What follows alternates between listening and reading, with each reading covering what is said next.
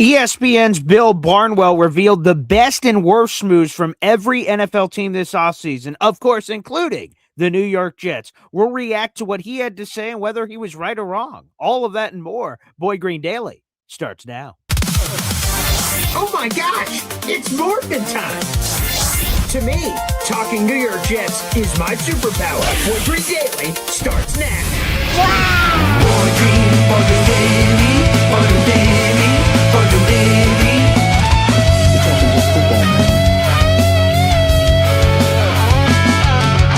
Boy Green Daily, Boy Green Daily, Boy Green Daily.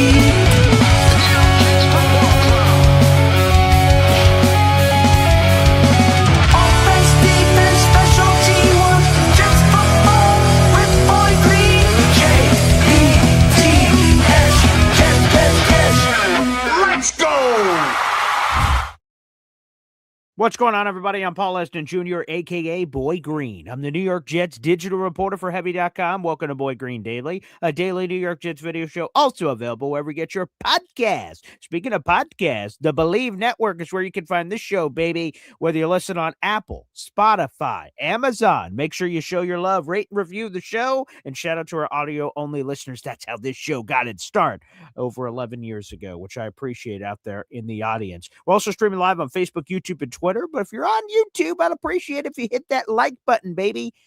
Take that like button to Pound Town, as my pop would like to say, and feel free to show your support here on the channel. We're only a few subscribers away from 8,660 as we continue to make these climbs to new levels of stratosphere.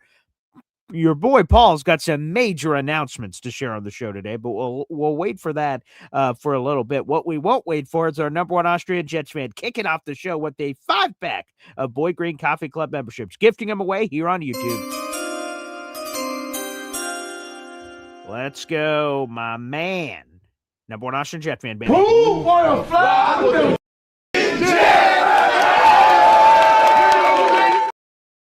Oh, I know I do. And Austrian, you're now up to triple digits, my friend. 100 raffle tickets for this month's contest. Let's freaking go, baby. You want some of the prizes, which we'll be highlighting in a little bit. That's what I'm talking about. You are in first place in our contest, so thank you kindly. Number one Austrian Jet fan. Let's read those 5 new members to the Boy Green Gosh Darn Coffee Club. Who do we got here? We got Alex Chino, Spaceman, Team AG for life. Respect, brother. The Proverbial Life, and Antka29, or Antka. Either way, you're now a member to the Boy Green Coffee Club, baby. Looking forward to it. Let's ride, baby. Let's ride. You guys got a few more days to submit your raffle tickets here in the month of May. It's May 21st. Appreciate you, Austrian.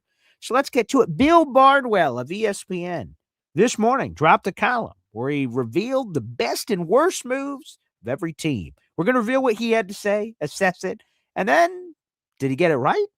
Did he get it wrong? Well, let's get to it. Let's figure it out ourselves. So we'll get to it here. Best or worst moves of the NFL offseason for each of these teams. We'll go with the best first. I'm a best first kind of guy. And I happen to fully agree with this decision by Bill Barnwell. He said the best signing for the New York Jets was signing Pro Bowl cornerback from the Chicago Bears, Nashawn Wright, on a 1-year deal for $3.5 million with a maximum value of $5.5 million. Here's what he had to say. This is from Bill Barnwell. Sometimes players just need an opportunity. Wright had bounced around with the Cowboys and the Vikings and ended up getting a shot to start with the Bears only because of injuries to the players ahead of him on the depth chart. Given the chance, Wright delivered, picking off 5 passes and earning a Pro Bowl nod. Wright is not a good run defender by any stretch of the imagination, but he showed off solid coverage ability and instincts in 2025 while playing in an aggressive defense. Sometimes the league sees one surprising season and gives the player a multi-year guarantee. This time, the league mostly dismissed Wright, leading the Jets to pick him up on a 1-year deal for just $3.5 million. Given that Brandon Stevens struggled badly in his first year with the team, and Coach Aaron Glenn has preferred to play a lot of man coverage behind pressures when his defenses have been working, this team sorely needed help at cornerback. Landing D'Angelo Ponce in the second round and signing Wright on a very team-friendly deal were much-needed additions for Glenn and the Jets, who simply didn't have cornerbacks they could trust after Sauce Gardner was traded midseason. Lot to unpack there, and we will unpack it. But first, I want to unpack a Harvey Bouchard Jr. 5-pack of Boy Green Coffee Club memberships being gifted in the audience. Harvey, my man. There we go, baby. That's what I'm talking about here. How does that not fire you up on a May 21st here on the gosh darn program? Kevin James. Kevin James. I just got three things to say. God bless our troops. God bless America. And gentlemen, start your engine! Make them 10. I say make them 10 raffle tickets for Harvey Bashad Jr. Here in the month of May, you've doubled your raffle ticket total based on your previous gifting combinations. Those 5 memberships went to Recipes with Reed, Kentricles, 1189 Paris, Dominic D'Angelo. Hey, Dom, who I met. He's works with the Jake Asman team. Great to see you, Dom. Welcome in here, Dominic D'Angelo. Great name and part of that RVD podcast. Love Rob Van Dam. Rob Van Dam. Hey, Rob Van Dam. Shout out. And Jets Running, also getting a Boy Green Coffee Club membership. Let's go, Javi.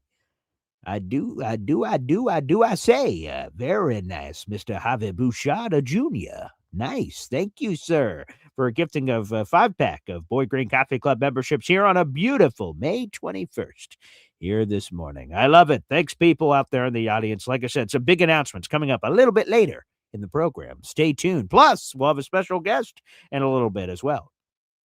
Back to Nashawn Wright. Here's the thing. What's the guy's name? Greg Auman. Okay, he's an NFL, insider extraordinaire. Used to cover the Tampa Bay Buccaneers. Now he covers the entire league. And he wrote this piece that I referenced a ton on a lot of these shows and wrote a bunch of articles where he paired free agents to be pre-free agency to teams. Would say something like, hey, the Jets and Alex Anzalone, which is one of the ones he did, by the way. He predicts that they're going to end up together on like a 1-year deal for this amount of money. So he just predicted players that were set to be available in free agency to teams, predicted they'd land here and projected how much money they would make. And he actually predicted that the Jets would sign Nashawn Wright. However, the Nashawn Wright contract he predicted, Greg Auman, was like in the $40 million range. And I'm like, oh, dear God, not on a per year basis, of course, but like across a multi-year deal. And I'm like, $40 million. I felt like Chris Tucker in Rush Hour, $50 million. I don't know if you guys remember that one. That's a good pull. Rush Hour, I love that movie. And that made me go, whoa, because here's the thing with Nashawn Wright. It's crazy. It's a crazy story. And again, I think this goes to, and I talked about this being one of my favorite moves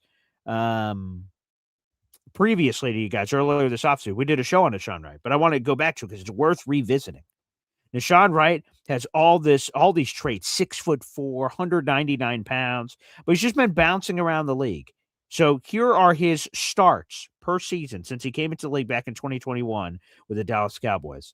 1 start, 2 start, 0 starts, 0 starts, and then this past season, 16 starts. That's crazy. This guy had never had a season in which he had more than 2 starts until last year. And of course, last year he was awesome. He appeared in all 17 games, made 16 starts, had 5 picks, including a pick 6. He had 11 pass deflections, 2 forced fumbles, 3 fumble recoveries, 80 total tackles, 54 of those solo, 3 tackles for loss, and a quarterback hit. And of course, he was a Pro Bowler. Like insane numbers, but it's a 1-year sample size. It's such a unique case that he just hadn't found the right opportunity. And then suddenly, presto, out of nowhere, it was here and he got it. And to me, that was interesting. It's just, I guess, the best way to put it. And again, which I totally understood, and you heard that a little bit in Bill Barnwell's answers, that sometimes whoever that player is that we're describing, whoever that player is, ends up getting overpaid in free agency because someone buys into the small sample size. Then they're a free agent. You're like, oh, I need a piece of that. But obviously, the Jets' ability to get Nashawn Wright on a 1-year deal for $3.5 million with a maximum value of $5.5 million. I mean, that clearly states to the high universe here, to me, that the league did not believe that is sustainable. And quite frankly, did not believe that was something that was going to repeat itself. Because if they had, someone would have signed a Pro Bowl turnover machine corner for more than $3.5 million. I'm glad we got him on the steal of steel. It surprised me when I saw him, like, Nahshon Wright. I'm like, ooh, what's that money? And I'm like, wait a second, $3.5 million? So I agree. I think Bill Barnwell hit the nail on the head. I do believe this is not only the best move of the Jets offseason, I think it's one of the steals of the entire offseason. Now let's see what he can do. It's a gamble, it's a risk, it's a whatever you want to call it, where but it at appropriate price. If it doesn't work out, pass the biscuits. It's $3.5 million. Who cares? But if it works out, either he's really good for the Jets this year, we have whatever success we have, that's awesome, or he leaves and goes get paid by someone else. Maybe we get a comp pick back. Or if he's really good, we just say, hey, welcome to the team, son. You're extended. You're signed. You can stay here for a long time. And he's that guy. So that really excites me about this whole Nahshon Wright business, is that there's a chance that this could work out in a lot of great ways. And worst case, if it doesn't, pass the biscuits. So I want to play this clip. And if you guys missed it, I had Bucky Brooks.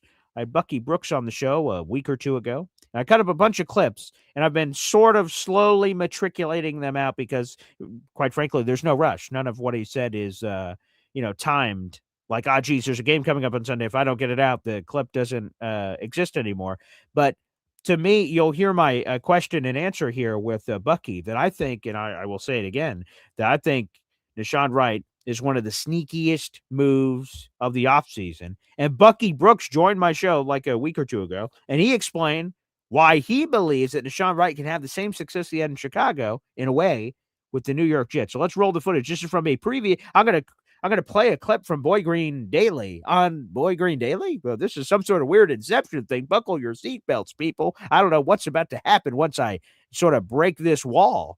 But I'm going to go to this clip from Bucky Brooks talking about Nahshon Wright. Let's roll the footage. To me, Bucky, this is one of the coolest scouting things of all time. The Jets signed a guy named Nahshon Wright from the Chicago Bears. He's a Pro Bowler last year. He's got the size. He's got the measurables and everything. And last year was awesome. If you look at an individual player in terms of takeaways, picks, forced fumbles, fumble recoveries, Nahshon Wright had more takeaways than anybody in the league when you add up all those stats together as an individual player.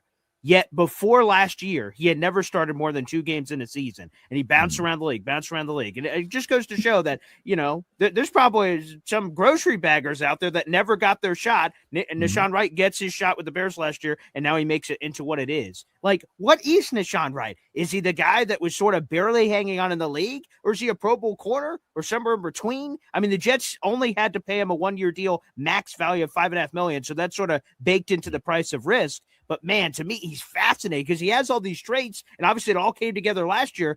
But last year's the only sample size we have here in the pros, Bucky. Well, here's why you need to feel confident that it'll continue to work out. A few different things. I talked earlier about the most important thing that scouts can do with the player is how does he fit into your scheme and your environment. You have to understand Aaron Glenn and Dennis Allen, the defensive coordinator for the Chicago Bears, not only did they work together in New Orleans, running the same defense, but their teammates going back to their college days at Texas A&M. Wow. So Aaron Glenn knows exactly what was asked of Nahshon Wright. And so he is likely going to ask him to do the same things that he did successfully in Chicago. That is really important backstory when you think about, well, why would he want to go to New York? Why would he play there? Because it's going to be the same system. He's going to be asked to do the same things. And he should have a lot of success because they think and view the game through similar lenses. The other part about it is I think they'll be better. They're going to be better up front. And no matter what we say, when you're not able to consistently generate a pass rush, it's hard to get turnovers. And people have talked about they didn't get any interception. They didn't do this. They didn't do that. It all works together. The front end impacts the back end. And if the front end isn't forcing the quarterback to throw it under duress, you don't have as many opportunities to get turnovers off tips and overthrows. This year, what you're hoping is David Bailey and others are able to do it. You think about Will McDonald. They're able to just create persistent pressure that forces more hurried throws. And then you hope the tighter coverage, meaning more press coverage on the outside, leads to tighter windows. And at some point, those ricochets, those deflections, they end up falling their way into the hands of green guys like the Jets, and they finally get some turnovers. Blessed be he, Bucky. Let's pray to the Lords above that we could get some of that. Please. I feel that same way when I told Bucky that right now. Blessed be he. We can only hope. But super interesting, things there from Bucky on the Aaron Glenn connection with Dennis Allen and their teammates and what they're asking. So of why you should feel confident that perhaps Deshaun Wright is going to deliver something similar to what we had last year. Phenomenal. So again, good stuff there. We'll tweet out that clip from Bucky so you guys get a sneak peek preview. We'll be posting that on our social medias, Instagram, Twitter, and things of that nature a little bit later today. So best signing, Deshaun Wright. I agree. Best signing, value, everything else. I agree with that. Now, here's where I'm going to disagree with Bill Barnwell. Here's where I'm going to disagree. Now we go to what he says is the worst move of the New York Jets offseason. Let's go to it. He says the Jets signing Dylan Parham is the worst move of the offseason for the New York Jets on a 2-year deal for $16 million. He says teams have taken shots on former Raiders in free agency with the hopes of getting more out of players once they leave Las Vegas. A year ago, there was a success for the Panthers with Travion Morig, but the Packers didn't enjoy the same results of Nate Hobbs, who was cut after one season. It's possible that the Jets realized some level of improvement with Parham, who was a 4-year starter alongside some rough offensive line play in Las Vegas. But I'm just not sure there's been starting caliber offensive line play during his time with the Raiders. Parham gave up only 5 sacks last season, but he also got help more than 54% of the time in pass protection, which was well above the league average of 48% for left guards. Isolated against upper echelon pass rushers like Jeffrey Simmons and Tuli Pelotu, Parham struggled badly. There's nothing wrong with having trouble against great players, and Parham might improve with better players around him, but his resume probably didn't support a deal that pay him $8 million this season. Then again, this probably wasn't the worst deal we saw for a young guard this offseason, an issue I'll get to once we reach the AFC North. So yeah, here's the thing here on this being the worst move. Because you're trading one for the other. As Dylan Parham comes in, John Simpson leaves. John Simpson signed a 3-year deal for $30 million. He got a lot more money than I've heard projected for Simpson this offseason as he goes back home, goes back to Baltimore. He got a lot more money than I thought. Guarantees, APY, all of it. I was surprised. John Simpson is not coming off a good year. John Simpson is not. And he got paid a lot of money. Jets are like, yeah, we can do better than this. And they go for Dylan Parham. And Dylan Parham is younger, 2 years younger than John Simpson. And the money, right? We all see money on the surface. That's what I'm guilty of it too. Okay. I'm guilty of it too. We report a number that we see, the maximum value, right? Breece Hall, $45.75 million. Wow. Based on that maximum number, third highest paid running back in football. But the real number is sometimes less. Now, in Breece's case, it's a little less. He's still a top 5 paid running back in football. So he's fine. But sometimes things are reported and you're like, whoa. And then new details come out. You're like, oh, I see. For instance, when Dylan Parham was signed, it was reported as a 2-year deal for $20 million. You're like, interesting. And then a day or two later, it's actually, no. It's a 2-year deal for $16 million. So you just slice $4 million off the top, and only $7.25 million of that is even guaranteed. So it's essentially a 1-year deal for $7.25 million guaranteed. That's what we're going to complain about for a starting guard? Billy. Hold William. Okay. Come on in here, buddy. There's worse moves than that of the Jets offseason. You just picked the wrong one. To me, that's not the worst move of the Jets offseason. We can actually go through a couple. We have a couple right here. I wrote a few down because the Deshaun Wright one I agreed with. So I don't need to write any more best moves. Although, if you guys look on the MC Show digital channel this week, I did a video of the top 5 best moves of the Jets offseason. So obviously, there's a bunch in there that you can nitpick through and pick through. It's a shame. I don't think I'm putting Deshaun Wright on the list, which is a shame on me because I think it is the best move. So salute to that. But when I saw Bill Barnwell say that Dylan Parham was the worst offseason move the Jets made, I'm like, let me do a quick discount double check on that. Let me look. To me, clear and obvious, the worst move the Jets did this offseason was not retaining Nick Folk. That, to me, was the worst move the New York Jets did this offseason. To me. Letting go is inexcusable.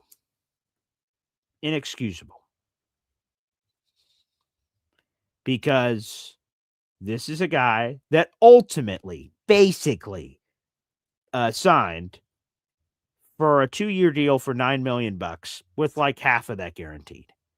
Nick Folk led the league in field goal conversion rate 3 years in a row. And apparently, according to ESPN's Rich Cimini, the Jets were a little squirrely about Nick Folk's age. He's 41. He's going to be 42 in, I believe it's December.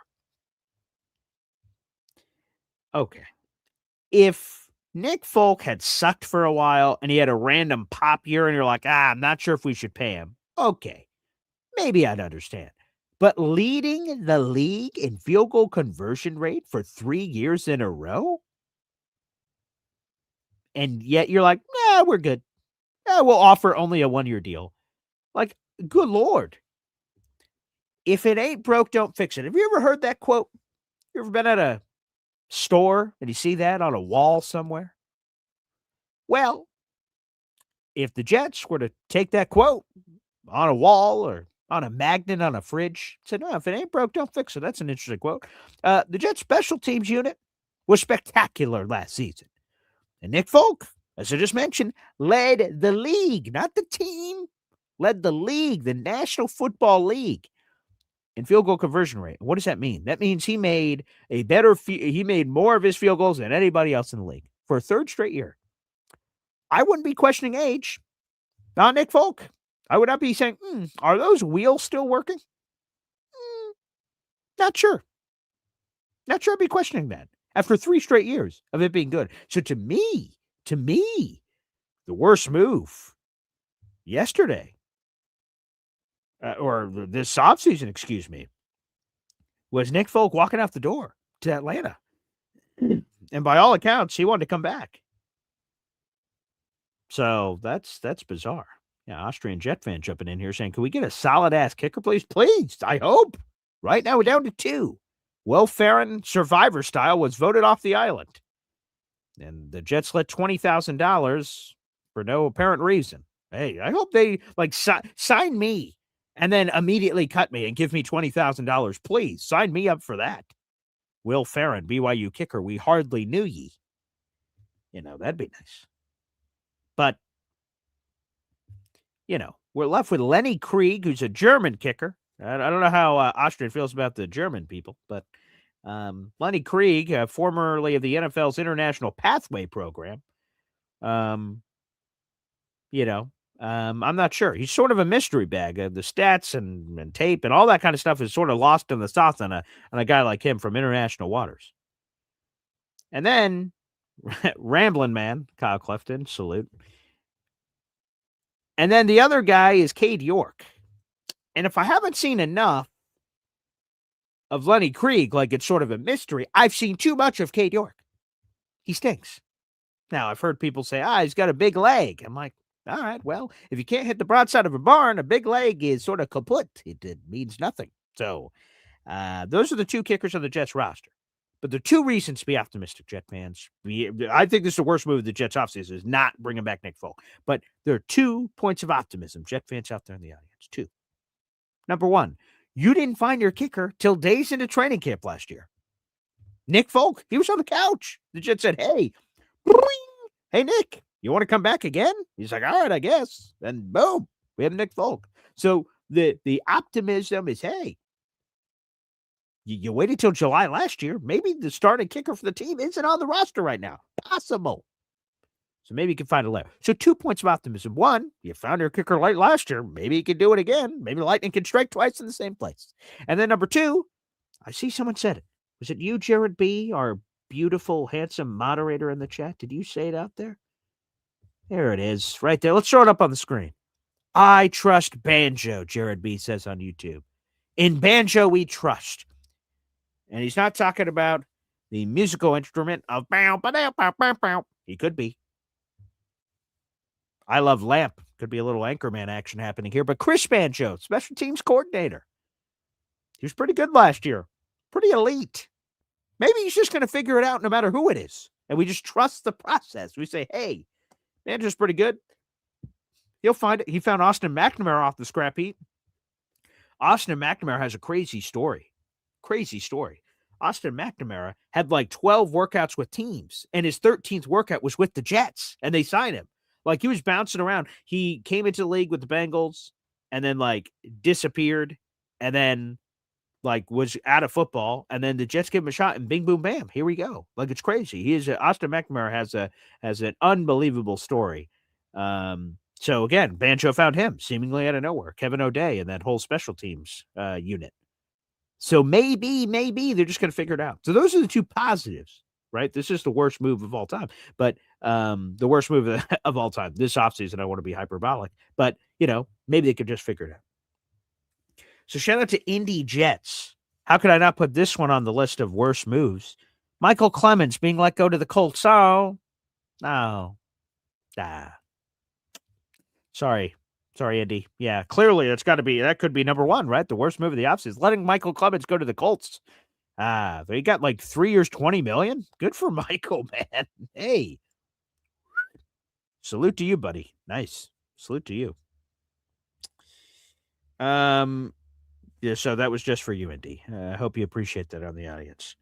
To me, there was two things the Jets did not do, and I'm curious if our next guest feels the same way, because we'll talk about this as we sort of bat around best and worst moves of the offseason here and make sure we get a little bit of in, because that was Bill Barnwell's piece on ESPN earlier today.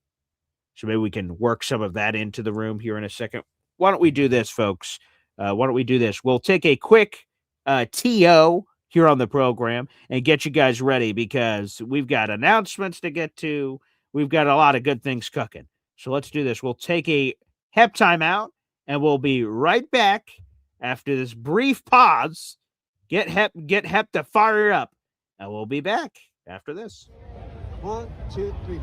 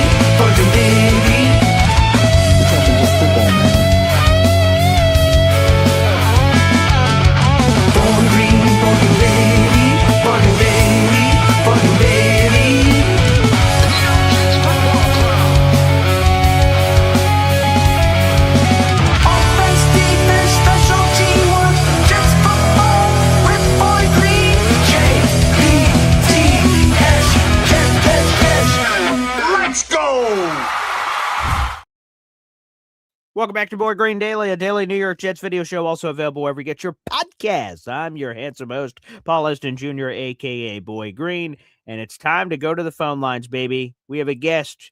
He joins us every week, but this week is different. He's got a new J-O-B. He's got a new gig, and a hearty congratulations to our wonderful Nick Faria, who has turned in his card at JetsXFactor.com, and he's transformed it as he's joined Sports Illustrated on the Jets on SI team. Let's bring him in. I'm glad he still has my number in his phone. It's Nick Faria, baby. What's up, Nick? Good morning. How's everything going, Paul? Great to be back on. Hey, congratulations. I saw the news on social media. That's amazing. I don't know what else you could share about it, but that's terrific. Yeah, it's pretty straightforward. Still doing everything that I'm doing with the Jets, just obviously on a new platform. So it's easy to keep the same expectations, keep the same everything moving forward. And look at it, you got beautiful weather. You've gone outside for the first time in one of these calls here, Nick. This is great.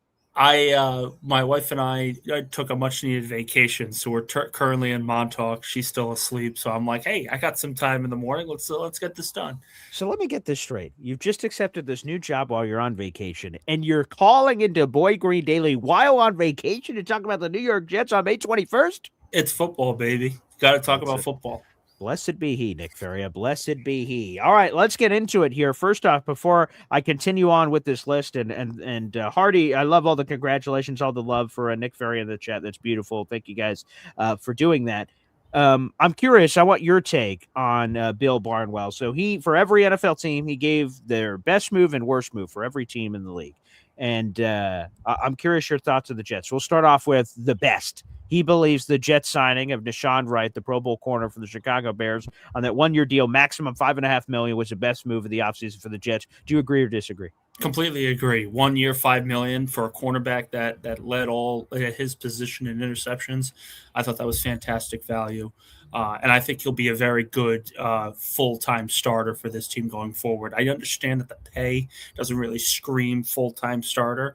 They're gonna want to do a competition there, but for a player with his ball skills and for the struggles that this team went through last year, trying to just force turnovers, I think it was a fantastic move for the team this year. I agree wholeheartedly. I can't believe they got him for that kind of deal. And yeah, he's going to be firmly in the conversation. There's no question. Worst move, Bill Barnwell says, was Dylan Parham signing him. He did not like it and said he wasn't the most overpaid guard in free agency. And he talked about that at a different point on the list. But he didn't like it and thought he was a substandard player on a terrible offensive line with the Raiders. Oh, I would argue this is probably a little bit of a reach here from Barnwell. First off, you want to talk about him being a substandard player on a bad offensive line. He was probably their best offensive lineman. I mean, you look at his overall grades and pass blocking rates, win block rates in the run game, and it was better than John Simpson last year. He was a better player than John Simpson. And when you have that kind of situation, look, maybe it could be that he wasn't put under the same microscope as he could be in New York with Fashanu and Membu and Tippmann all along the offensive line. But if you look at the tape, this guy screams consistency. He is not going to be an all-pro guard. I don't see that happening. But you're not paying him to be. You know, you're paying him, what, $10 million, $11 million? This isn't some massive contract. This is a massive contract that's getting in the way here. You know, it's a 1-year prove-it deal. You're going to allow him to play behind some really good tackles, some really good guards. I think this was a very smart move for the franchise because it doesn't bankroll them for the next few seasons. And again, as I said, he played better than John Simpson last year. So to me, that was an upgrade, not really a downgrade in that sense of value or importance. Yeah, I agree. We've apparently seeing both of these very similarly. Yeah, if you look at just the true guaranteed money on Parham's contract, it's essentially a 1-year deal for $7.25 million. Like, I don't know what the complaining's about. I just said this so we could get into, so the best move, I agree, Nahshon Wright. So I didn't have to add any best moves. I agree. The worst move, I said, to me, if we want to talk about worst moves, it's not Dylan Parham. It's the fact that the Jets let Nick Folk walk out the door. To me, I think that's a worse move that they pulled this offseason, a worse non-move, rather. I won't even go there to say that, though, because if there's one thing I think this team deserves, it's patience when it comes to their special teams units. They could have looked at Nick Folk and said the age, he had such an unbelievable season from 40 yards out. Is that going to continue for another year? History says probably not. So let's get ahead of that. Let's let him walk somewhere else, get the multi-year deal somewhere else. And that's exactly what he did. Now the Jets are going to be able to go in. And remember, they had a question mark at punter last year. They got rid of Top. No one really knew what was going to happen there. And they come out, this big unknown Austin McNamara, and he's become one of the better punters in football just in one season. So I think if the Jets know one thing, it's the Jets know kickers. The Jets know special teams aces, particularly with Chris Banjo running the show on that particular unit. So I think they deserved and earned the benefit of the doubt when it comes to that particular position. That's fair. Okay, so I have two other things on my list that I didn't get a chance to talk about earlier, so you can react to them. To me, the other two worst moves for the Jets, and to me, they were non-moves that they didn't pull the trigger on. Let's throw this one out first. Not splashing for multiple linebackers. It got Demario Davis, and I love Demario Davis, but he's 37, and now Jamin Sherwood right next to him. Like, they didn't make another addition. I wanted one more. I wanted a double dip of the chip. And they did not do so. That's a complaint I have. Valid or not? I think it's, as always, it's a little too early to say what they could or should have done because the offseason doesn't end right now, BG. It doesn't. OTA start next week, so that's something to get really excited about. But as is the case for a lot of people and as is the case in most situations, these teams do not end their off-season edition program on May 21st or in June 1st. We're waiting to see what happens with AJ Brown, and he's going to be traded after June 1st. Does that mean that the Eagles are done making moves? Does that mean the Patriots are done making moves? Of course not. So I think to sit here and say they should have done this, they should have done that. We've got a long way to go before the start of the regular season. Last year, the Jets had such a massive issue at defensive tackle throughout training camp. It was pretty much a glaring need from day one. Mm-hmm. And they waited until the last week before the regular season, and they brought in Harrison Phillips. They brought in Jawan Briggs. So I'm not going to sit here and say they don't need to address the position. I'm just saying – we still got a long time for them to do that. Injuries happen in training camp. There's so many different things that could happen where draft picks suddenly looks better on film, better on the field than a trusted veteran, and that veteran could be cut because of that. There's a lot of different situations that can happen. I just don't think it's a position. I don't think it's a position for people to be freaking out about right now. You have two starting linebackers. You go on with there. If you want depth, well, then you wait to see what happens on the waiver wire. You wait to see if you want to bring in a veteran, because that all gets added into the equation as well. The offseason does not end just because it is May 21st. That's a very fair retort, Nick Faria, and that's why, again, obviously, you're on the Jets on SI team, for God's sakes. They pay you some good money, I'm sure, over there. My only follow-up would be, I give Darren Mucci a lot of credit because people don't like admitting mistakes. Normal people don't, and people in positions of power don't like admitting mistakes. When they ignore, relatively speaking, outside of Jay Tufele, Byron Coward, and Derek Nottie, basically ignoring the defensive tackle position until the end of the offseason / beginning of the season.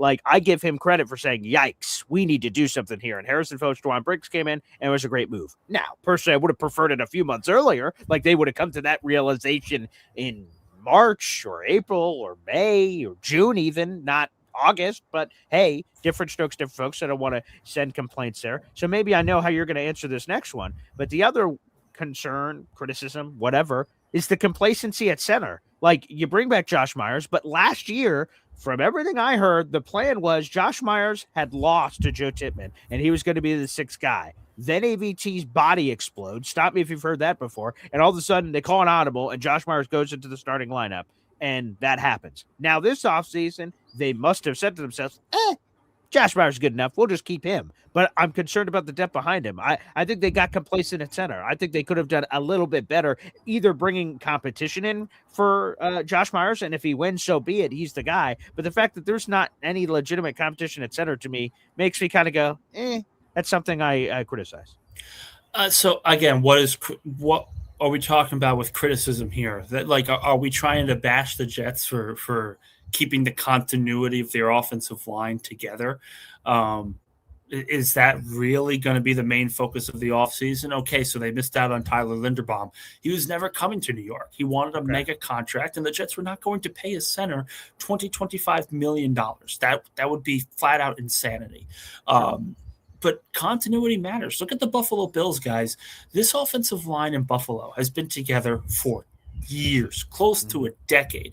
And every year they've gotten better because they've worked together. They've played together consistently. They know how everyone's going to react and adjust in certain situations. So I don't think it would have been a smart idea for the Jets to replace two starters on the offensive line. It seemed like they were confident they were going to have to replace the left guard position, and they did it with Dylan Parham. And as I said, I thought that was a good pickup in free agency.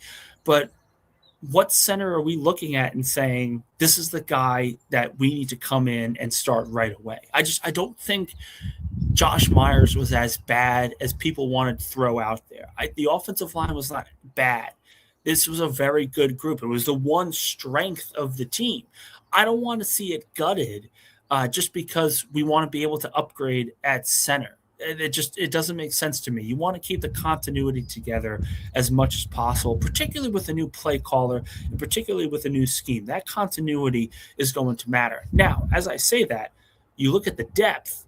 Yeah, that's a big question. They essentially brought all the guys back from last season and said, we're going to do the exact same thing again. We didn't have a lot of injury problems. We're just going to run it back, baby. That is going to be a question. And I wouldn't be surprised come August, they sit there and say, Max Mitchell's not cutting it. Xavier Newman's not cutting it. Let's find other role players, other backups that we could potentially target going forward. And listen, I'll say this. The AVT injury kind of ruined a lot of different things. It really felt like Joe Tipman had come into his own at center, and then he had to move out to guard because he was just better, more prepared for the guard spot. But he had a really good year starting at right guard. Again, we want to sit here and crown people in the offseason or really bash teams for their decisions along the offensive line. A lot can change from now until September. What is it? September 1st, when final cut down day is. A lot can change. So to sit here and say that they should have done this, should have done that, it's still, again, I sound like a broken record, but it's still early enough where we can't just say this is a big freaking problem and they're going to suck this year because of it. Way too early to make those kind of prognostications. Fair enough. Hey, we got a super chat coming in. Shout out to Swamp Ranger. Here we go. Wow. I'm not sure if Jeopardy style I'm supposed to read this in the form of a question or a statement, but Swamp Rancher's been a member for 13 months. Says, Nick, GOAT beat reporter. Your Not thoughts? even close. Not even close. I'm still young, baby. Okay, more time to improve. But Swamp Ranger, thank you for the kind words for Nick Faria here as we have him on the program. Some big announcements here, Nick. Let's get into it. First off, I think we need to upgrade the Gangrene Beach Club graphic now because we still have Jets X Factor on the sheet. So we're going to have to send that into the boys with Jake Asman and company. But Gangrene Beach Club's coming up on Saturday, July 11th. Gangrene Beach Club at the Ocean Casino Resort, gangrenebeachclub.com. Tickets are $25 a pop. And Nick, apparently we are destined to meet for the first time in our lives in person, Nick. So you seem pretty fired up for this event. Mm-hmm. I'm pretty excited. It's going to be a lot of fun. The wife is actually, so funny enough, the wife is in Singapore for business. She's going on a trip to Hofstra. So with Hofstra, she's going on. So it's going to be a lot of fun. It's going to be really enjoyable to see all these guys. It's a great idea from Jake to be able to do this. This is awesome. 100%. Shout out to Jake Asman, Lou B. Again, HQ2 Beach Club, Saturday, July 11th, gangrenebeachclub.com for more details and to purchase your tickets. Again, Ocean Casino Resort. That's quickly coming up. That'll be a nice little vacation spot. So that's great.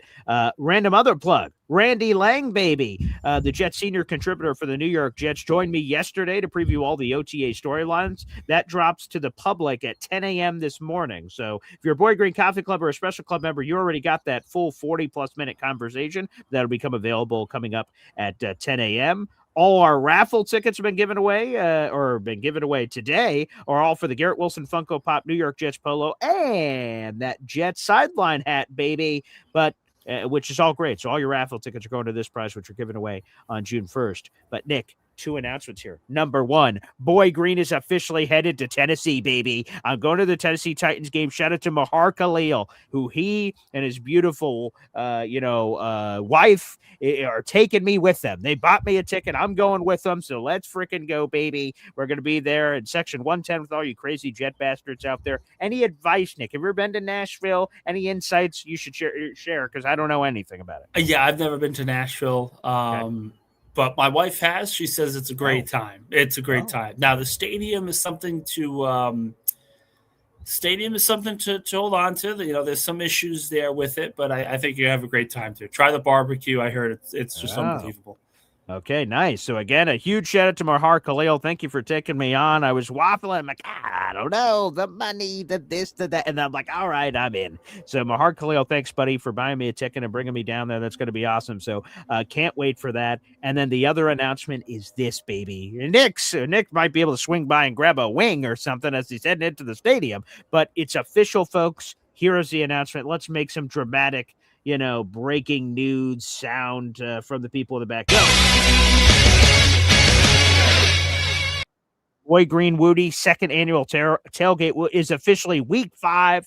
October 11th. It's happening, baby. That is officially the game of choice. So we have a sign-up sheet for our Jets-Browns game down in the YouTube description down below. We have over 80 people committed to coming in terms of the game ticket and over 90-plus people for the tailgate for Chef Kevin Gilbert's wonderful food. So, folks, I got off with my Jets ticket rep yesterday. The date is official. It's going to be Jets-Browns. That game is happening, and I can guarantee a few things. Number one, our seats are going to be better. Last year, they're in the 200s. This year, they're going to be in the 100s. More details to come on that. I can also say that the price will not be more expensive. Last year's overall price was $300 for the ticket, the tailgate, and all that jazz. I can guarantee it won't be more than that. We'll see what it ultimately ends up finishing up to be because I've picked a few different sections. Some are more expensive than others, but I promise you it will not be more expensive than last year. So that's a promise. So we could do some better tickets.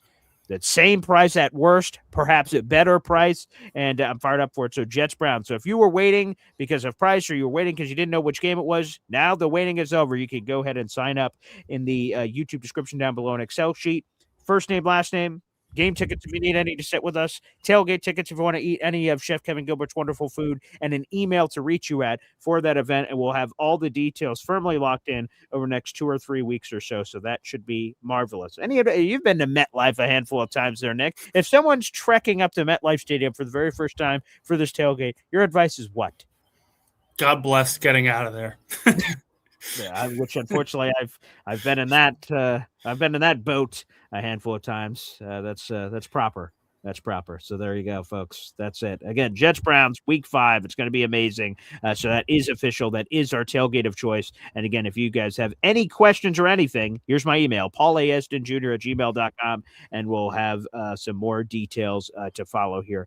Nick, what's the thing you're looking forward to for OTAs next week? They start on May 27th. We're going to have a flurry of OTAs, 10 OTA practices spread out over like a 2-week period, and then a small break, and then mandatory minicamp for 3 days, and then the true break until we get to training camp. What are you looking forward to? It sounds terrible, but I'm really excited to see the forward pass come back in the big stream for the Jets here. I really, really am. It was rough last year, man. It really was. But with Geno Smith, you come in. He's an older player now, an older quarterback. His arm is still lively. You hear a lot of people talk about why he struggled in Las Vegas, and a majority of the consensus is that it wasn't exactly him. It was the fact that he had no one throwing the ball to. Brock Bowers got hurt sometimes. The offensive line was a wreck. The receiving core was a disaster. You had Esden Jr and pretty much nobody else consistently. And when you throw a quarterback in that situation, it's gonna be ugly. It's gonna be a disaster. So the way that I see it, Geno Smith is coming into a situation that is very, very solid. He's got a number 1 receiver. He's got a number 1 running back. The offensive line is intact. The defense should be improved. The play caller is experienced. I think there is nowhere to go but up for Geno Smith this season because I think he still has something in there as a quarterback. And if he makes smart decisions, he doesn't turn the ball over, I think he and the Jets can have a very successful year offensively. The other piece, and it's not necessarily a thing that needs to be figured out at this point, but Joe Tippmann, this contract extension that no one's really talked about. Is this going to be a done deal beforehand? Will this carry over into training camp? Tippmann's been a player, in my opinion, that is worthy of a long-term extension and consideration for one of the better guards in football, particularly after last year. And the best thing the Jets can do is to lock him up as soon as possible. And they've done that for pretty much everyone else on the roster. They've shown a penchant to say, if you are a big-time player, we will sign you early. And that's a great sign for the Jets front office because it tells you that they have a pulse on the roster. But trying to figure out what happens with Joe Tippmann is going to be very interesting. Final year of his rookie contract. He's going to need another long-term deal. And it wouldn't make sense to me for another year to have the right guard position solved, but then automatically say, actually, you know what? We're going to let him walk in free agency. You keep your good players around, and when the Jets have so much salary cap space as they do, you have the room to be able to do that. So I think the Joe Tippmann extension should be something that gets focused on more. I'm not necessarily worried about the kicker job yet. Training camp hasn't started. I'm not gonna sit here and go, oh my God, what are they gonna do? What are they gonna do? They signed Nick Folk into training camp, so it's gonna take some time. I don't think people should be too concerned over that. There's no real position of glaring need where I say, oh my God, they're walking into training camp with just such an obvious problem. There's nothing really like that because they've addressed almost every need. They've addressed quarterback. They've addressed guard. They took a bunch of receivers. They have a new tight end set. They have a new offensive scheme. Edge rushers, linebackers, safety. They added pieces at every level of the defense. They added pieces at every level of the offense. At this point, it's kind of just, okay, let's see what happens. And I'm very intrigued to see how that all looks coming into next week.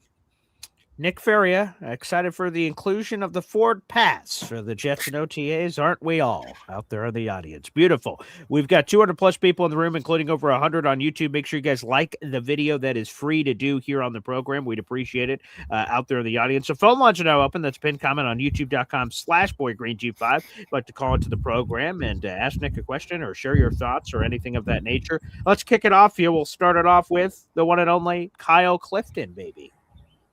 How are you, gentlemen? All right. Are you wearing the March for Arch T-shirt there, Kyle? You got that right. All right, there you go. Okay, respect. Yeah, I mean, it could easily say, don't win anymore for Dante Moore, or something like that. Okay, but nice. we'll see when we get there. Okay. Don't score for Dante Moore would be better, right? Ooh, don't score for Dante Moore. Ooh, that's great. I like that. Make the T-shirt, Paul. Yeah, I was just about to say. Yeah, I got to make it before you send that over to Jake Asman. I guess that's terrific stuff. Let me write that down. Wow. So, yeah, I mean, Wright is definitely. I'm not a huge Barnwell fan, but Wright is definitely a good value signing. I think it provides good competition, especially with Brownlee probably taking a step back. With some of the draft moves and stuff like that, he's going to provide the depth there.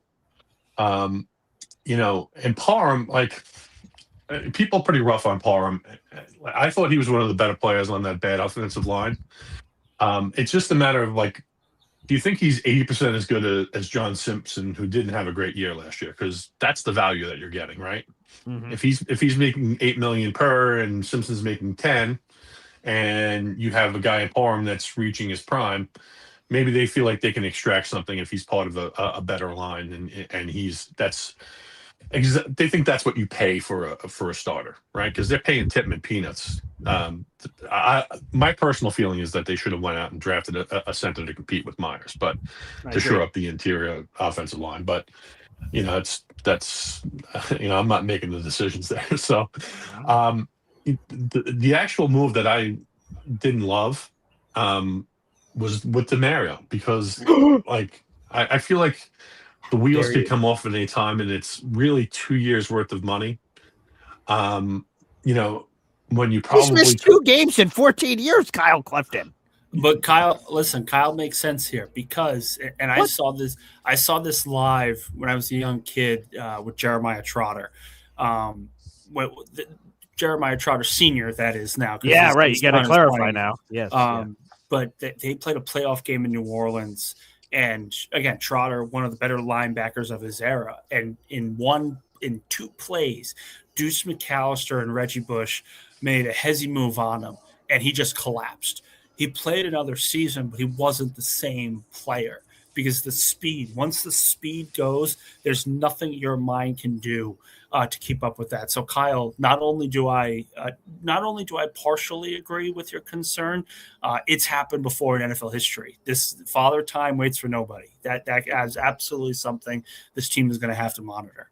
But we have to admit that DeMario is unique. Like the way he keeps, his body in shape, and the fact that he's only right. We hope moving forward, but I'm just saying, up to this point, like he was chiseled from a Greek god. He looks like he's in phenomenal shape. And again, only 2 missed games, and one of them was COVID. Like, good Lord, this guy's. They said the same thing about C.J. Mosley too.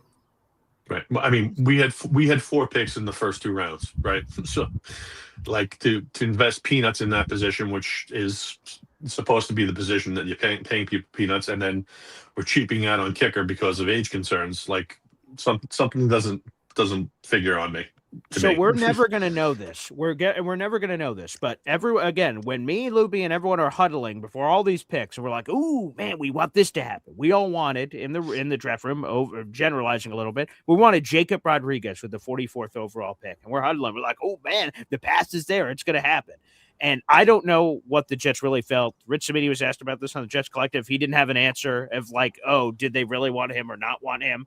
But if they did want him, and then they're like, well, he went to the Dolphins. All right, F the linebacker position. And then we just never – that to me is the weird part. Like, you either want to fill the position or you don't. There's not like to me, there wouldn't be a situation where only one player can fill that hole, and it's Rodriguez in my mind. And if he doesn't, all right, I'll just ride with what I have. That's the part I don't understand if that was it.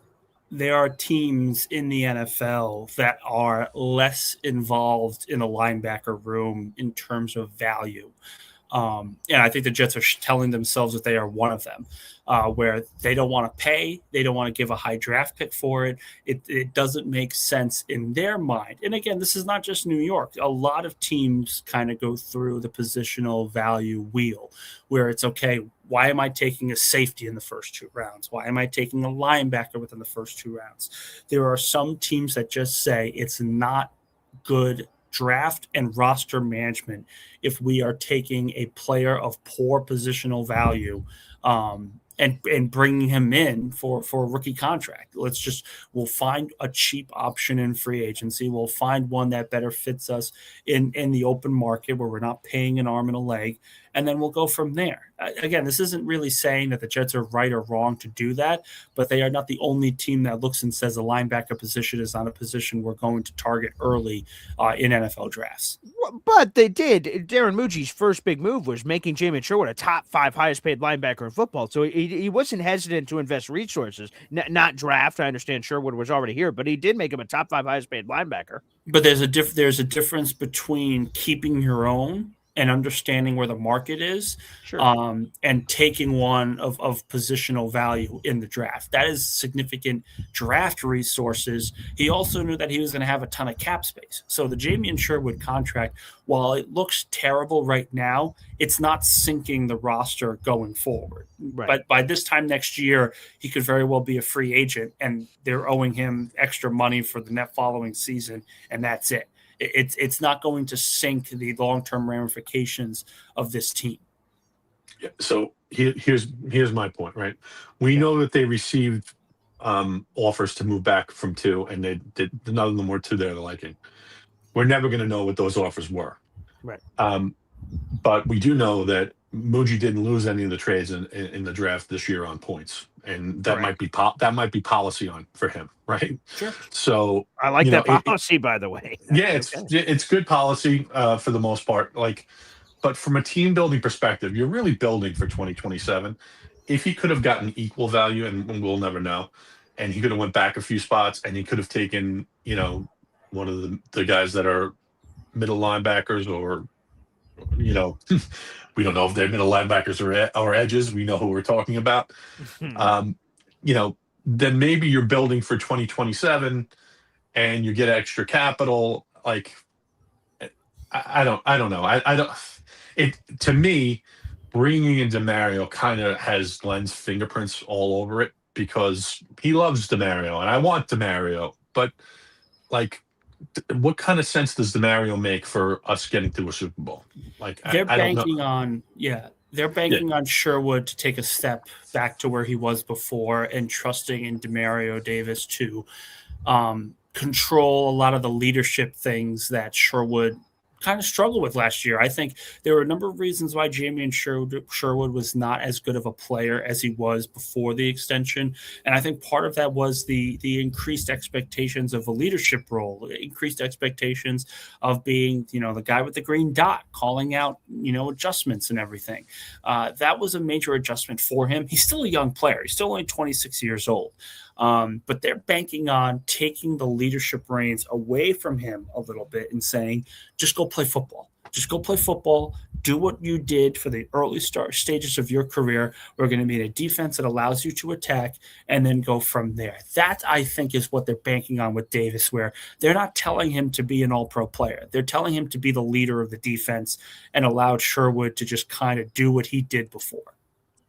Right, and it'll be interesting too, because if the wheels do fall off DeMario and Sherwood doesn't rebound, then we're in the market for multiple linebackers in 2027. When really we know that we have other positions we need to fill too. So you're always going to make choices, and I don't always agree with the ones that Mooj makes and the franchise makes as a whole, but I mean you can't dispute the fact that he's making decent trades, getting good value in these draft day trades, and some of the signings are pretty thoughtful, like right. So I think that there's decent stewardship. Let's go roll out the footballs. I'm ready to watch some football. I appreciate your time, guys. Yeah, Hey, Kyle, real quick, actually, Kyle, just one more time for the T-shirt. I just want to make sure I send it to the company right. What is it? One more time. Don't score for Dante Moore. Great. Perfect. All right. I'll make sure I send you your royalty check for that. Thank you. I agree with Kyle in terms of with Darren Muji. What move this offseason can we really look at and say, wow, that's really going to sink or swim the organization? Like the organization is going to crumble if this thing doesn't work out. Even the David Bailey pick. I know people are kind of on the fence about it because of his run defense, but he had the most sacks in college football last year. He was the most dominant college football player. And I was someone who thought Arvell Reese should have been the guy. Probably would have been the guy on any other unit. But let's be fair. They've had a very strong offseason. They've been very good. They were very good in the draft. From what I've heard, they loved D'Angelo Pons. Loved him. And they felt that they could accumulate more draft picks in a trade down and he would still be available. And again, just if he works out in the slot, now you have a star slot corner who you can trust to play all over the field. You have two offensive weapons in Kenyon Sadiq and Omar Cooper that I think could be very productive early on. And if Bailey is even close to the level of production he put up in college, that's going to be a phenomenal pick. So I don't really have many concerns after the Jets draft. And quite frankly, I think they did a great job in the offseason as well. I think we're splitting hairs too much on what this team did or didn't do in the draft. Okay, let's say they draft a center in the fourth or fifth round. Is that a guarantee that they start right away? Not every center drafted in the later rounds is Jason Kelce. If they draft a linebacker, okay, they draft a linebacker in the fourth round. Are we sure he's going to be walking in immediately and starting right away? And also, this comment here from Mark makes a good point.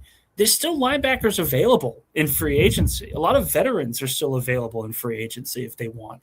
So to sit here and say that this team is going to struggle because the linebacker position hasn't been addressed or the center position is not having a competition, I think is just – I think we're grasping at straws here for complaining because this team is going to be and should be better on talent-wise on paper. This team is going to be better, and just a matter of will Aaron Glenn be better? That's got to be the big question to me. Will Aaron Glenn and his coaching staff, this staff that he's completely overhauled, will they be better?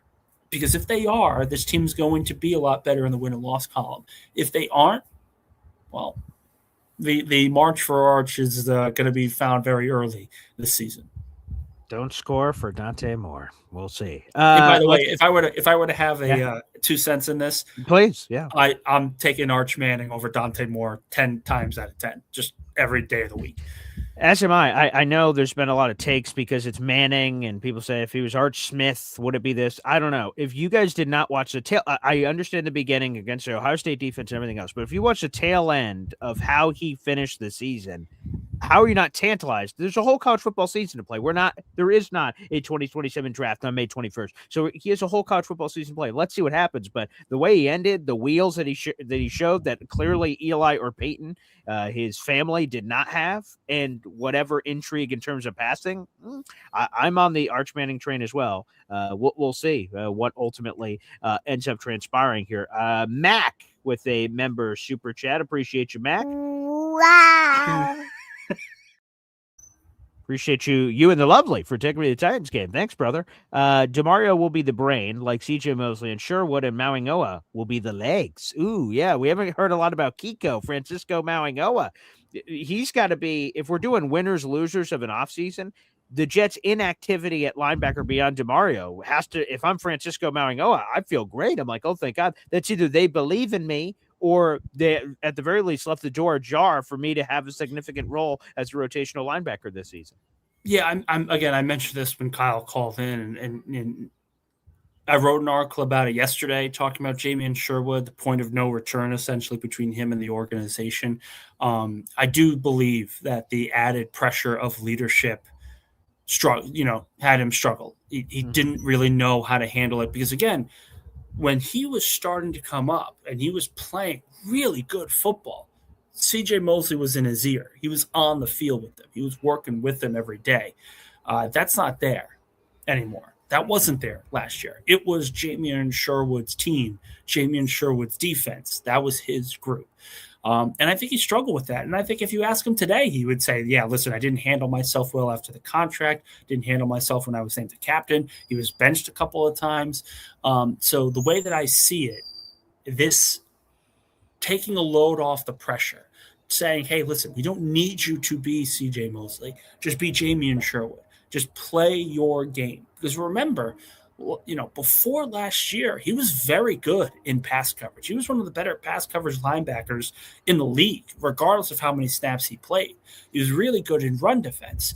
Last year took a dip, and I think part of that was because he was trying to get everyone set. There were so many different things that he had to focus on now.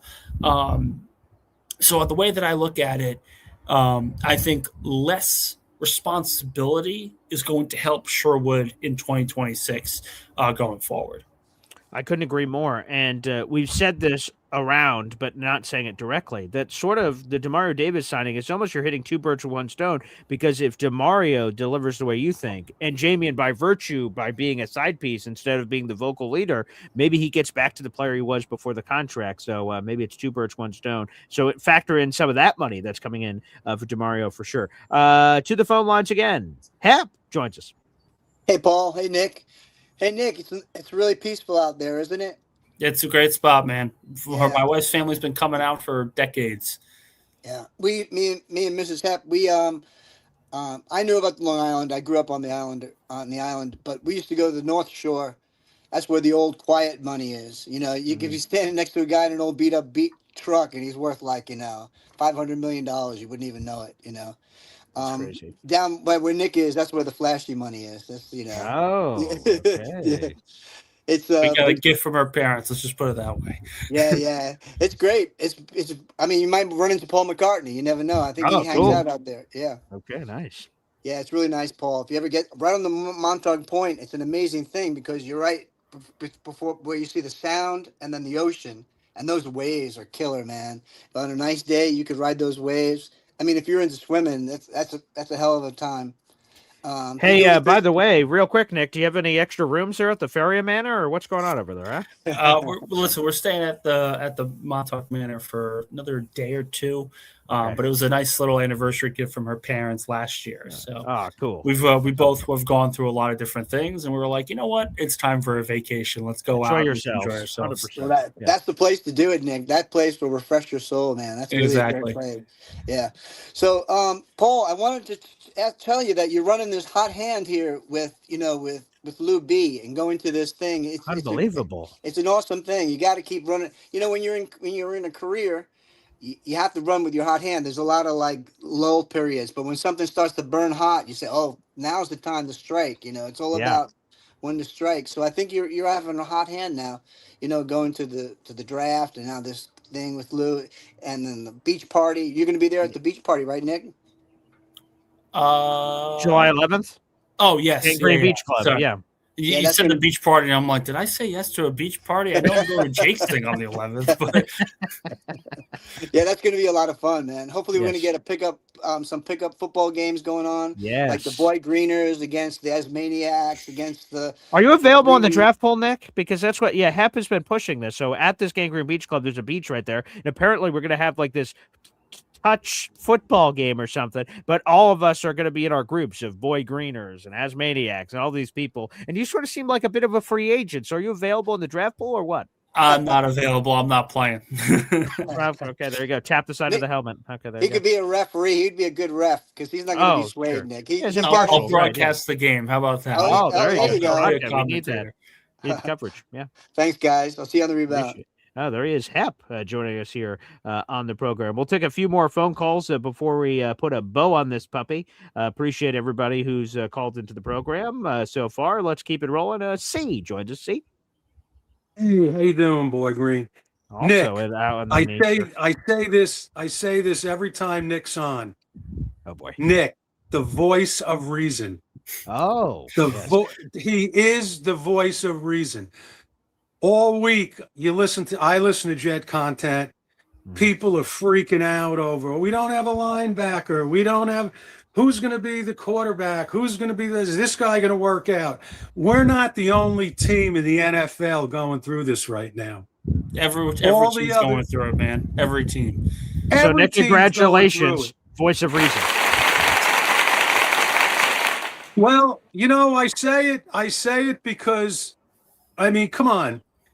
A lot of the content wants to create chaos. They want to create people, they want to create situations where is Geno Smith? What's going to happen with Geno Smith? What's going to happen?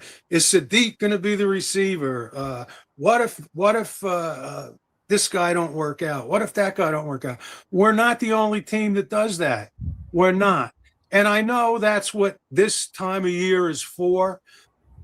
And the craziness, but when Nick comes on, I got to just say, when Nick comes on, it's a calming effect. It's a reasonable effect. He has a reasonable take on most things. And, you do, Nick. You just have to wait. You have to just play it out, let it happen and see what happens because we have no control over it. So we can just sit back, wait for it to happen. And I can just see when OTAs start. When OTAs start, as soon as Klubnik throws a pass, it's going to be chaos.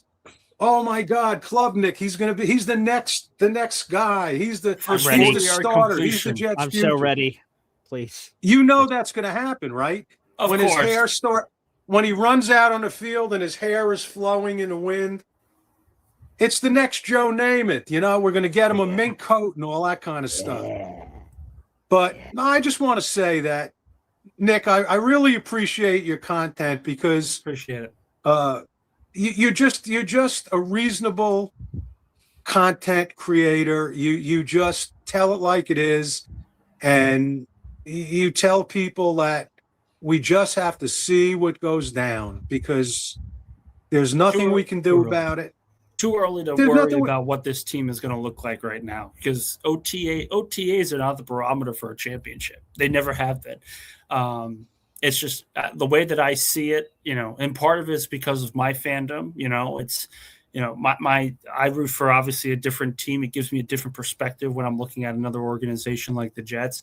I think there's a lot to be positive about this team going into 2026. There's a lot to look and say, hey, they can be better. They should be better. If all this, if all these improvements stick, if these guys play up to their potential, I think there's a chance that they are going to come out and they're going to play a lot better football. Now, what does that mean? Does that mean 7-8 wins? The schedule is not exactly easy, but if you can get over double the win total, God forbid you get close to 500. We're talking about a completely different offseason because I've said this before. Just because the Jets are not tanking does not mean they're going to miss out on a quarterback this year. If you look at the Colts schedule, if you look at the Packers schedule, none of it is looking easy. And I don't trust Daniel Jones with a hole in the wall. I don't trust him at all. So I could certainly see a situation where the Jets go 7-10, 8-9, but the quality of play improves. Where you say, okay, let's give Glenn, let's give this regime another year. They're building the pieces together. You're clearly seeing it. Let's see what happens when they get their guy. And the Colts just collapse. And all of a sudden, we're talking about the Jets, an 8-9 team with a top 3, top 4 pick, because Indianapolis went all in on Sauce Gardner, and they didn't have a quarterback to do that with. Do not be surprised. Do not be surprised if the Colts of all teams come away with a terrible season that puts the Jets in a position to get their quarterback of the future. Hey, C, I'm getting this message in from Hop on Pop. He says, the check is in the mail. Sincerely, Nick Faria. Your response. Yeah, well, look, that's my take. That's, Pop, that's my take. Yeah, everybody has a take. I just feel that Nick's is in the right direction. That's I like having Nick on the For show me. every Thursday. Yeah, he's great. Yeah. And I can't even think about 2027. I don't really care right now about 2027. I care about 2026. 100%. Now, Boy Green, you wrote down my prediction in pen, so it can't be erased. Accurate. And I said, and I think that there's a good chance that the Jets can win 10 games. And there. And I think it is there. And I think what we need is, look, you just look at everything and be rational about it. I think we have to have a better quarterback. Gino's going to play better than the guys we had before. We got more weapons on offense. We have Breece Hall's going to have probably, I think, one of his better seasons. I think our defense is going to be much better. To me, I think we're going to surprise some teams. Some teams are going to take us for granted. And that's my feeling. If it's only 9, it's only 9. If it's 8, it's 8. But I got a funny feeling we can sneak up to 10 games. The path is there. The path is there. It's just the big question is coaching. The talent's there on the roster. It's Nick, that money will be Zelle to your account a little later. Thank you. You're the best. You guys are funny. All right, let's get a few more phone calls in here. We have the mad scientist on the move. Where are we? Oh, are we on the bus? We gotta cut grass today. It's time to go to work. Oh yes, make that cheddar. I feel you. As they all say, money, money, money, money, money, money, I used to love the money. Apprentice. Yeah, great. And that's old school. I think we got plenty of time. All we gotta do is control ourselves. Don't be stupid and play your cards right. Because if you don't play your cards right, you're gonna lose big. And like I said before, play small ball, you win big games. Play big ball, you're gonna get kicked in the nuts. Wow, that's descript. Thank you, Beast. That's now that's from class 101. As they all say.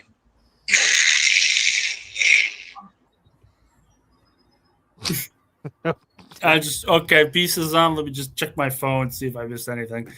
What the? All right, Johnny Boy's here on the show. Hey, Nick, what's going on, brother? BG, what's going on, buddy? Good morning, guys. Hey, let's go Mets, right? I know.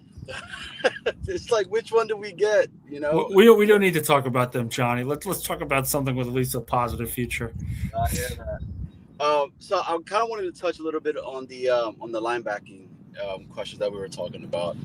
I mean, do you think with the June 1st cuts coming up, like, which are some linebackers that are out there that you think we might potentially get? I mean, I feel like it's going to be for depth piece, because my hope is that Demario Davis never gets hurt. He's amazing. You have Sherwood that does not need to think. He just does, right? And then Kiko steps it up and stays not injured. But the reality is, I mean, we're kind of like one injury away from insert linebacker name that I have no idea who it is. I mean, Makari Ball, I guess, or whatever. But there's Bush that's still out there. I don't know which other linebackers are potentially getting cut? Like, do you know anything out there, Nick? Have you heard of anything out there? Yeah, I don't know if anyone's going to get cut, but I mean, you look at the names right now in the open market. Bobby Wagner is probably the best one. Still played really well last year, despite all the problems in Washington. Okereke, the linebacker in the Giants, I thought he got a raw end of the deal when he signed. That was a good young linebacker. It's just, why are we like? Let OTAs play out before we determine if they need to bring in a linebacker or not. Let's get started in camp before we need to determine if these things are happening or not. People are going to sit here and say, well, Jamie Sherwood sucks and Demario Davis is old and everything else. And, based off of last year, sure, there's a lot of concern for Jamie Sherwood. But if they're taking less responsibility off and allowing him to play, who is to say? Who are you as a fan? Who are we as reporters to say he can't get back to the player he was 2 years ago? Who's to say that Demario Davis can't stay healthy this year and play at a quality level? I'm not talking about being an all-pro, but just quality standard level. There's something against believing that that's the case. We're sitting here and saying that this linebacking room is going to be terrible. And yeah, maybe the depth needs to be improved. But who are you signing right now that changes that depth, that alters the course of history? We're essentially saying they need to sign a linebacker to improve the depth. But if they were to bring in a guy like Matt Milano, he's got major injury problems. So you're bringing in an injury-prone linebacker for no other reason except but to make sure that the depth chart on Madden 26 looks good. Like, it's not how NFL teams operate. They signed a linebacker. They addressed the position. Now you wait and see if there needs to be more after OTAs early on in camp. You don't double dip at a position and say, actually, we need to triple dip because what happens if our starting linebacker goes down? Guess what, guys? If the starting guard goes down for the Kansas City Chiefs, the Chiefs are screwed. If Patrick Mahomes goes down again, the Chiefs are screwed. When you lose a starting caliber player, you tend to struggle. So I don't adhere to this point that the Jets should have brought in 2 or 3 linebackers. I don't agree with that sense at all, at least not right now, because there could be a case where we look at OTAs and say, hey, Jamie Sherwood looks good, baby. He's playing well, or Maui Go is developing at a good rate. This room is going to be better than we may anticipate. No one's seen these guys on the field. How can we assume that after addressing the need in free agency that they need to do it again just for a backup? It's way too early to make that assumption just because, the depth chart that I have on ESPN, it doesn't look good. Marcelino McCrary-Ball can't be the third linebacker. Who says he's going to be? Who said they're going to use 3 linebackers? I mean, most teams don't use 3 linebackers anymore. I don't think anyone who's screaming about the linebacker position fully understands what NFL teams do at this point in the offseason. This is not the time to go big and sign free agents just because the fan base wants the 4th or 5th linebacker to be a veteran. That's not how that's not how any of this works.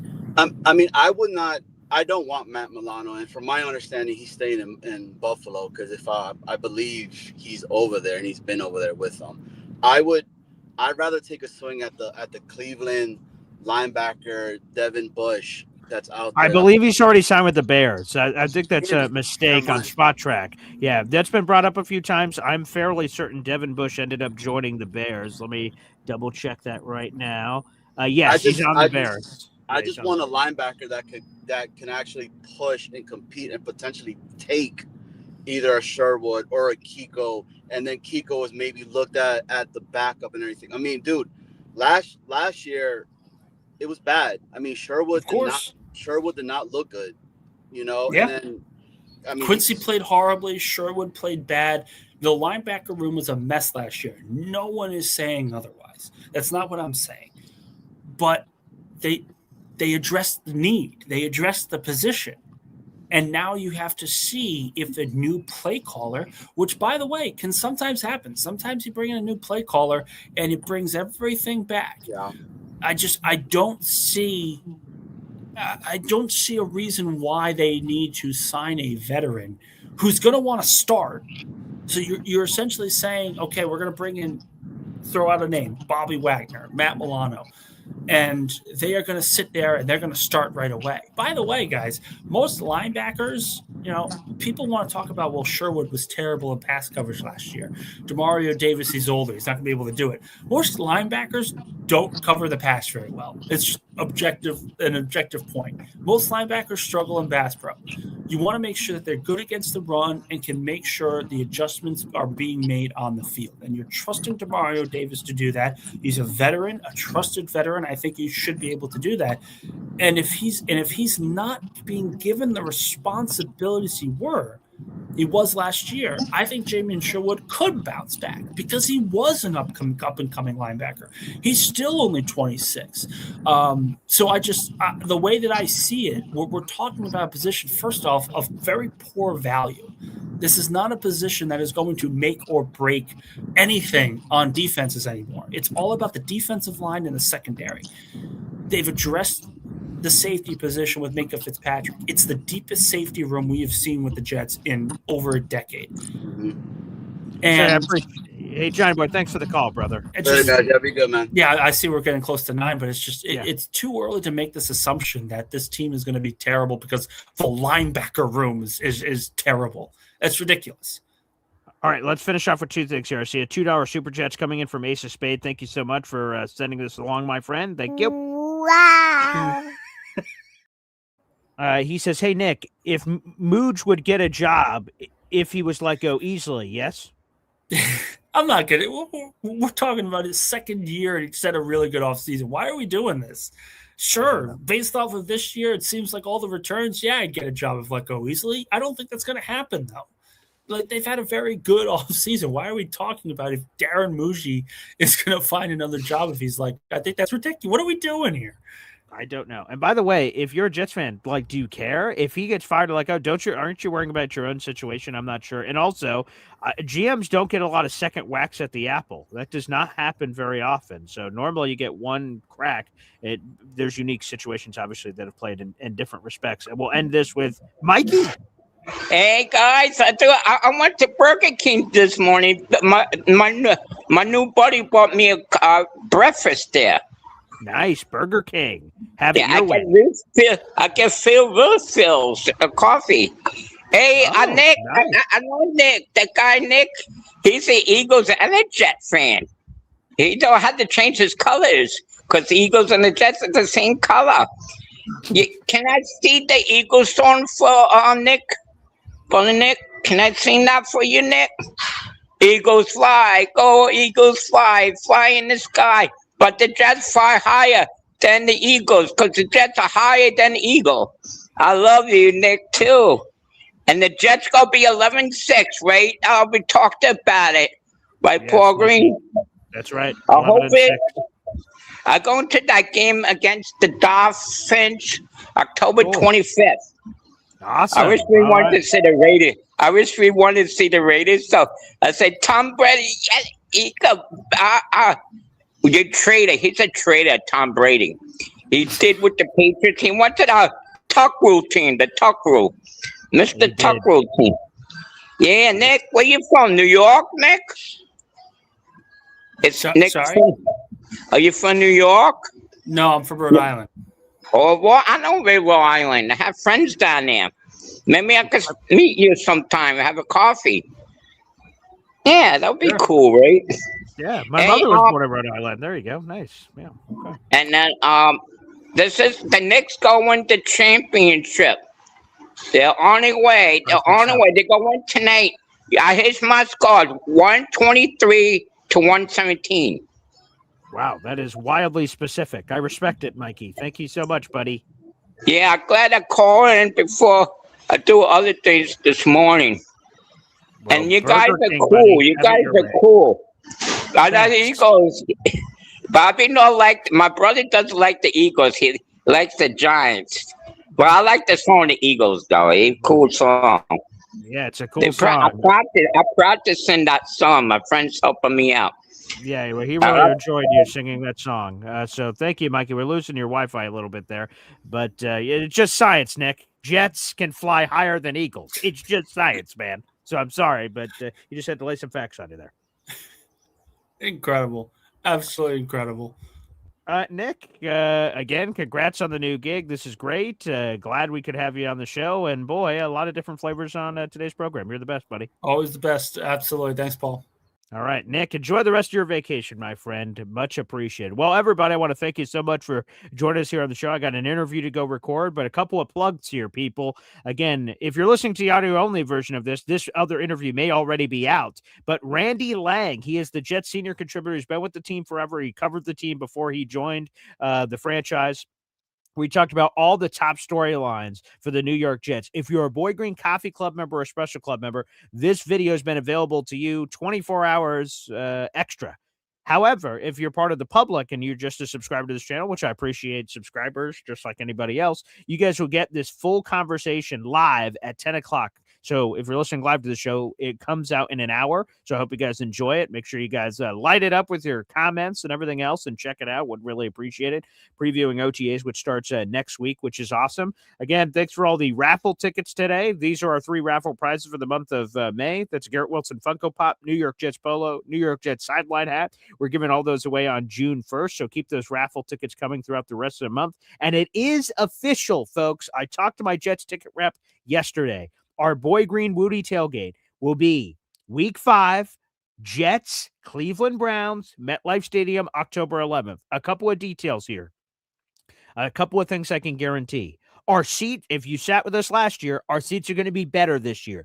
Guaranteed. We are going to be sitting in the hundreds, which is going to be awesome. We're going to be right close to the field, which is amazing. So the seats guaranteed to be better. I can guarantee that. Number 2, I can guarantee that it will not be more expensive than last year, despite the fact we're going to be sitting closer to the field. So it will not be. At worst, it's going to be the same price, $300 from last year.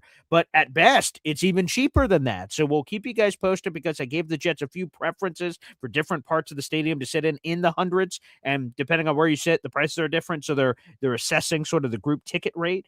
So that's awesome. So again, I can guarantee that our tickets are going to be better. I can guarantee that the price will not be any more expensive, and it's going to be amazing. So if you were waiting out in the audience, you wanted to come to the tailgate, you came last year, want to come again, you didn't get to come last year, and now you just want to know when the date was or what the price is, I can guarantee it will not be more expensive than $300 per person, and that will include your game ticket, your tailgate ticket, so game ticket to sit with us at the game, tailgate ticket, the food and drink from Chef Kevin Gilbert at the event, and then a gift, which I'm working on behind the scenes, and I will let you guys know when that's there. So you will receive a gift if you are a part of our team. So it'll be myself. It'll be James Woody. It's going to be great. We will also do the restaurant takeover the night before on October 10th, my beautiful fiance's birthday at the Cloverleaf Tavern. More details on that to come when we get a little bit closer. But we'll have a restaurant takeover where we can all meet that night before out for dinner, and we can all hang out and have a good time, and then we'll have the game. So, folks, make sure you get it while the getting's good. Somewhere in the next 2 or 3 weeks, the price will be 100% finalized, but I know it won't be more expensive